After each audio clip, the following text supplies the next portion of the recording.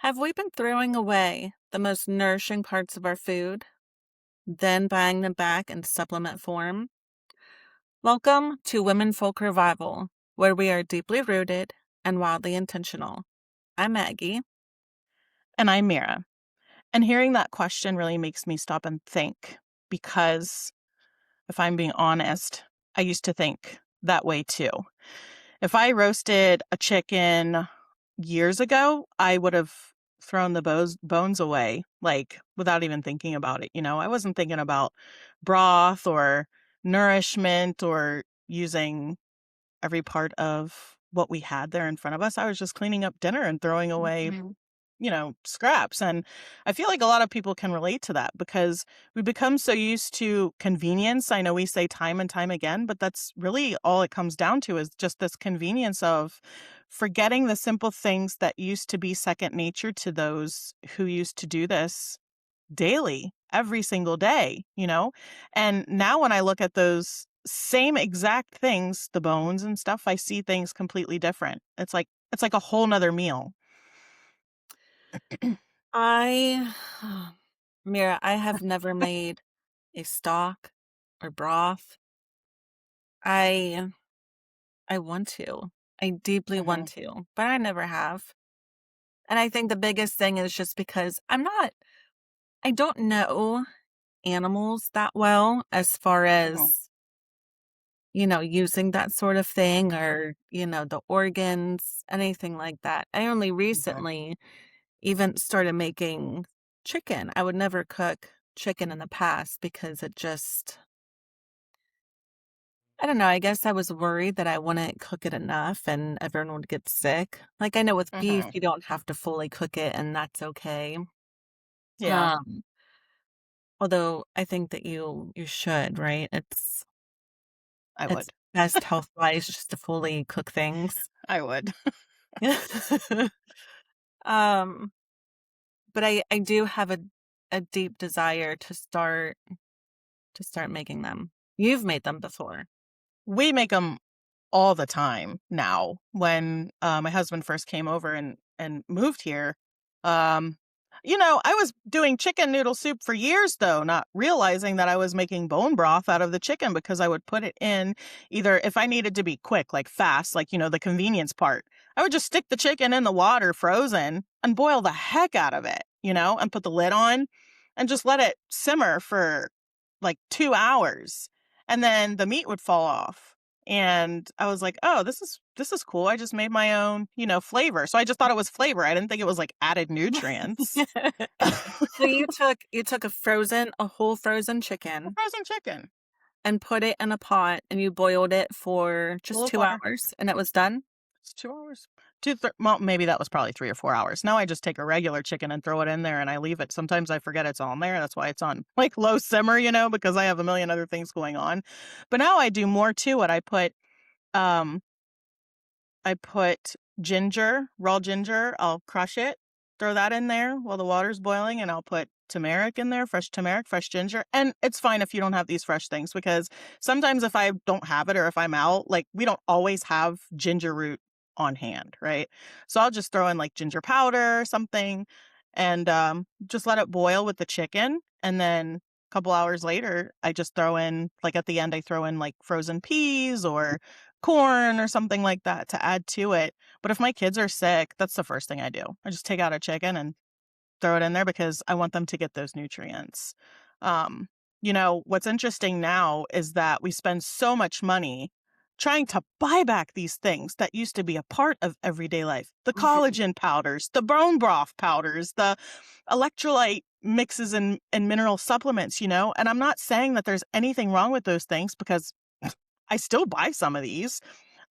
But it just makes you wonder, have we forgotten the simplest foundations that nourished our generations for years before us? Because Yeah. food was never just about calories, it was about nourishment, the healthy fats, minerals, and so much of that started with using what we already had. Yeah.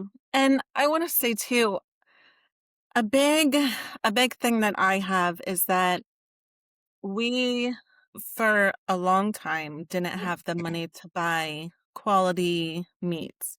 Mhm. And I'm thinking to myself, why would I take something like this that had hormones injected or was given Yeah. vaccines or had an unhealthy diet, whatever. Mhm. And why would I try and pull anything from that because it's full of It has the toxins? stuff in it. But at the same time, I'm compensating by buying other things that aren't necessarily good for me. So I Mhm. wonder why it is I'm so stuck on not wanting to do that, but I'll buy this other poison instead, you know? Like, what sense does Yeah, that make? yeah, I think it comes down to figuring out for yourself what makes you feel the most comfortable. If, you don't have the money to, find a butcher who butchers their own cow that's been grass fed, that's been this, that hasn't been fed antibiotics because, they're making us, you have to have you have to give your animals vaccines and you have to do this, that, and the third. So you never really know who's doing what.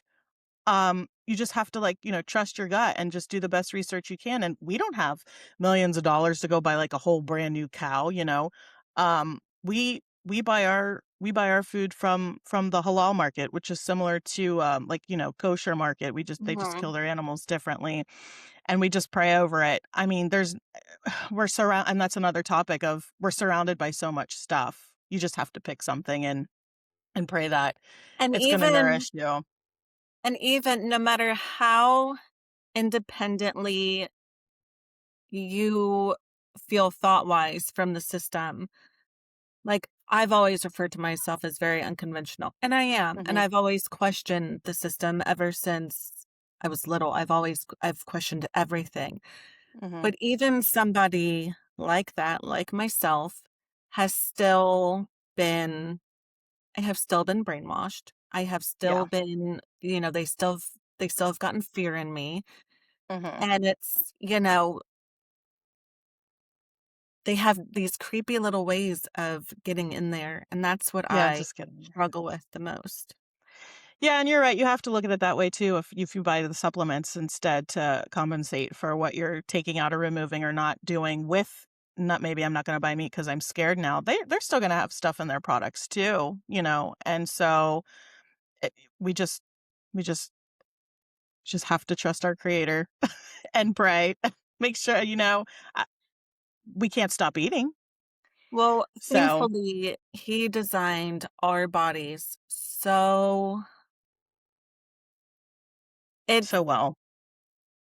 it is mind-blowing to think what we do to our bodies and how we're Mhm. still able to even be alive at this point. Yeah. Um, and I know it's hard not to feel, like, hopeless and devastated that you just don't know where to go, you don't know where to turn to, and, Mhm. you wanna stop doing certain things because you just feel like you're being contaminated, but the body wants to heal It itself, works and and if you're giving it it what does. it needs to heal itself, it's going to heal itself. So even if you It are is. giving poisons and certain things, if you're giving it the nutrients and the minerals that it needs, Then you the don't have to worry earth. about all the other stuff. Yes. And plus, there's detox these days, natural ways to detox as well, but that's a whole nother topic for discussion. I did just want to say real quick in our house, we do we do this a couple of different ways. So my husband, he loves to slow cook red meat. That's how he gets his nourishment and bone broth and stuff like that. So he slow cooks it overnight, and by morning the meat's really tender and the broth is really rich, and you have this beautiful meal that didn't take much effort. Kind of like during the day, like we growing up, my mom used to put meat in chuck roast, slow cook it in the morning, and you'd leave, and then you come back, and like the whole house was just filled with this amazing aroma. Um, but then for chicken, like I said, I do that. That's my way. Um, and it's not fancy, it's just a meal in a pot, and so I think that's a really easy and fast way, convenient way for people to start slow with that convenience is just stick it in the water and let it boil or do it overnight or even in the morning start with the crock pot and save that broth and put it over your meat or save it and just sip it later. And use it to make different sauces and, all Yes. kinds of things. I It's so daunting to me. It just feels like there's gotta be something to this that I'm missing because it seems so simple, and it seems so easy to make a mistake, like, if I'm not gonna cook it long enough and I'm gonna make everybody sick. I just You'll know if it's not cooked long enough, the chicken. I mean, there's not gonna be any blood in there, and it looks just like cooked chicken. you Just just boil the gotta heck do it. just You just boil the gotta heck rip out of it. off the You damn just have to Band-Aid, do and it. you just gotta do it. You do. You do. And I'm trying. what I what I love about this is nothing goes to waste. You know, the chicken becomes your meal and like we just said, the broth becomes the soup. And what we do with our leftover broth sometimes is if Omar makes rice, instead of using water to cook the rice in, we use the broth to cook the rice in. So it flavors Oh, the nice. rice and it adds nutrients to it. That's Um, nutritious. sometimes we just put it in a mug.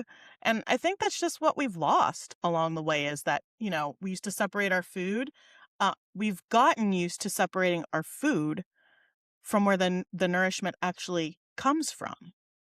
So, Yeah. um, sometimes we hear the words, you know, when we hear those words, minerals or collagens, we immediately think of supplements. That's not something that we think of just being in the bones. From food, But for yeah. generations, these people were getting nourishment from everyday foods, eggs, butters, creams, you know, the slow cooked meats, and they were a part of their everyday life. And I think that's why this conversation that you and I are having matters the most. And I feel like this conversation isn't for everyone.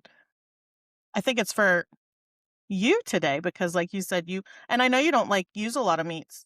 You eat meat, I do. but you aren't like big I on meat don't like we eat meat every day. Yeah, I have nothing wrong with eating meat. I don't like a meat-heavy day. I could Mhm. I could drink bone broth all day long and be fine with that because it's not heavy Yeah, in my but we body. eat it for dinner, not breakfast or lunch. We eat our meat at dinner. We just So, eat like, eggs once a for day.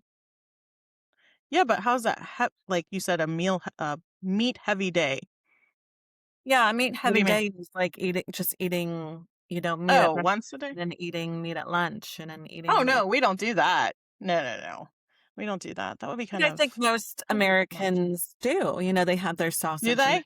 bacon in the morning, and then they, have their Oh, sausage and bacon. I forgot about burgers all or those chicken, whatever, things. at lunch, and then they have more meat at dinner. That's a lot of meat. I didn't think about that because I wasn't thinking about everybody else. I was only thinking about what we do. So, I That's don't like I crazy. said, That makes sense. I'm not against eating meat. I just don't like a meat-heavy day. I don't That need makes sense. that in my When you body in Yeah. one day. Yeah, we typically skip breakfast or eat brunch or what have you. We eat like a lunch and a breakfast. So my kids can Mhm. eat, they either eat breakfast or they eat lunch. It's their choice what they want. And then like if they eat breakfast, they'll eat eggs. Um, but if they're like still hungry at lunch, then they get like a couple of pieces of cheese because we're the cheese family here and nobody knows cheese like us. You know, to hold them over and then it's just water and Baja salt throughout the day or water with lemon or you know those Mhm. little nugget ice chips. We're trying to stay away from the constantly having to put something in our mouth and eat it because it's not good for you. You know, your body needs I time want to you to rest send and me recover. your ice chip maker, because we need to Oh, do it's that too. amazing. Because the kids are constantly asking for snacks. "I'm starving, I'm starving." I'm like, "You're not starving. My kids do that too. They're You just just bored. you just want a snack My kids are just bored. They're never hungry. They're just bored. Because then now I want people to know that I do feed my kids. Trust me, we feed our kids. We feed our kids so much, but then so much of it goes to waste. They don't even eat it. And it's like, well, you just said you're hungry. because they're So not we've really realized hungry." that our children are bored. Now, ice is not good for your teeth to chew it. It causes issues. It breaks down the enamel and all that good stuff. So we have had to change and get our ice maker, which is what you're requesting. It's a Mhm. nugget maker. It makes very, very soft ice chips. So it's very easy on the teeth. So when you mix that with water, it becomes even more softer. So it's not like you're crunching into something, you're just softly chewing into the ice. So it makes it like that. So don't go eating ice chips just constantly because it's not good for your teeth. But this nugget machine, we love it to death. And we constantly have to keep putting water in and adding to it because my kids are so obsessed with it. But yeah, we don't eat a lot of food throughout the day and but when we do, we're trying to and we eat a lot of they eat a lot of weird snacks still. We're still trying to cross over and not eating the weird snacks with high sugar, but I'm getting off topic here. So, Smart. um, uh, And I what wanna was I bring going up to I wanna say? bring up an important point because this is Yeah. something. Because I had to do more research today because, like I said, I've never made stocks or broth before. Uh-huh. And so I have, you've heard of Sally Fallon? No. So she is, I'm not exactly sure of her title. I know she's, done different, cooking schools and learning in both America and Europe, but she was a big follower of Weston A. Price and started the foundation of his. Weston A. Price, you're Okay. familiar with? No. No? I'm learning Um, today. so he was originally a dentist from Canada, Okay. and he was one of the, ones where, what is the root cause of all these dental issues that people were having. So he traveled the world and he compared all these different people to, you know, us over here in the West, and found out that because we were switching to more modern foods and we weren't doing the broths and the stocks and the animal products and the whole food system, that it was affecting not only our tooth health, but the shapes of our jaws and faces and everything. And we know Mhm. now that it's literally affecting every aspect of our health. Um, but she has a book. I have one of her books. It's Nourishing Traditions. She also has one that's called Nourishing Broths, and Hmm. I've ordered that and it's coming. Um, but it says in there that a lot of Americans and I myself and most modern women are, we're exhausted and depleted Mhm. and inflamed. And bringing stocks and broths into your diet will will fix that, will help fix that. And that's just such a simple it's such a simple thing. Just this It one is. one food that you could make from scraps that you can add into so many different elements of your diet. Like you said, cooking your rice in it or adding it to sauces or making soups, so many different things. And that's gonna give us energy and better our health, and I think a lot of that has to do with the thyroid, those issues, Mhm.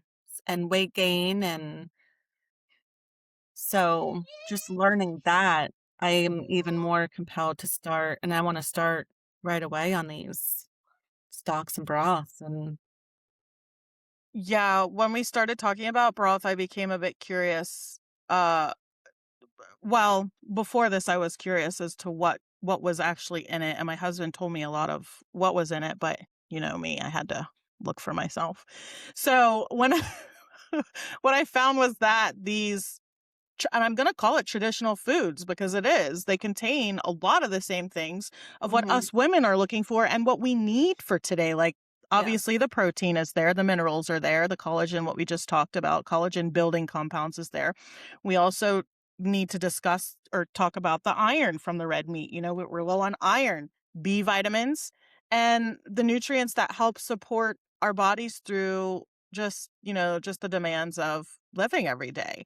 Mhm. Um, and our grandparents and great grandparents might not have used these words that we're using, but they did understand that a pot of broth was nourishing, that it was medicine almost like, because it helps heal your body. And I'm going to say time and Mhm. time again, over and over continuously, that as we get older, our kids like, so for example, my kids, like, they love butter. that I will give them pieces of butter to eat. They need that. They're growing. Their bodies are growing. I'm not going to go give them a whole stick of butter, but like when I'm cooking dinner, I'll give them a piece of butter to eat.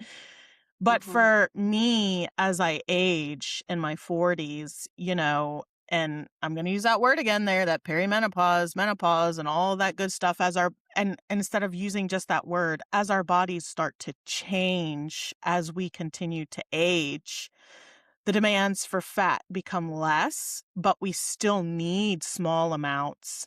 We need meat, more meat than we have before to help with managing our hormones, managing the weight loss, managing the cortisol, and all of that good stuff. So I feel like this is an important topic for discussion because, you know, it's important to me. To me, it's medicine. I look at my kitchen like a medicine cabinet. Not the medicine cabinet you go in like, oh, let me get an ibuprofen or, I need a Xanax and, stuff like that. Well, chamomile. But you just start looking at it completely different. And then when you start going to the store, you're like, oh my gosh, look at all these shelves full of all this medicine that they're trying to sell us that really come from food sources and plants and medicine like gabapentin and all that stuff comes from plants. So it's interesting how we've changed things They're just around added chemicals in there that do other things and whatnot. Sorry, my children have entered the room. They unlocked the door. I don't know how. It's okay. So yes. Okay. So oh, excuse me. Hello. As we wrap up today's conversation, maybe the takeaway isn't that we all need to go home and make a pot of broth tonight. Maybe it's simply to pause and ask ourselves what wisdom we've forgotten, what traditions have quietly slipped away, what simple practices nourished generations before us that we might be overlooking today. Because sometimes returning to simple things isn't about doing more. It's about remembering. Remembering that nourishment doesn't always come from a bottle, that some of the most valuable things in our homes are often the simplest, and that the old ways still have something to teach us for sure. Thank you for spending this time with us today. And if you've enjoyed this episode, we'd love for you to follow the podcast and leave a review and share it with a friend who might enjoy these conversations as well. And if the episode sparked a memory or a tradition or a practice from your own family, we'd love to hear about it. Until next time, Stay rooted, stay wild. Stay wild.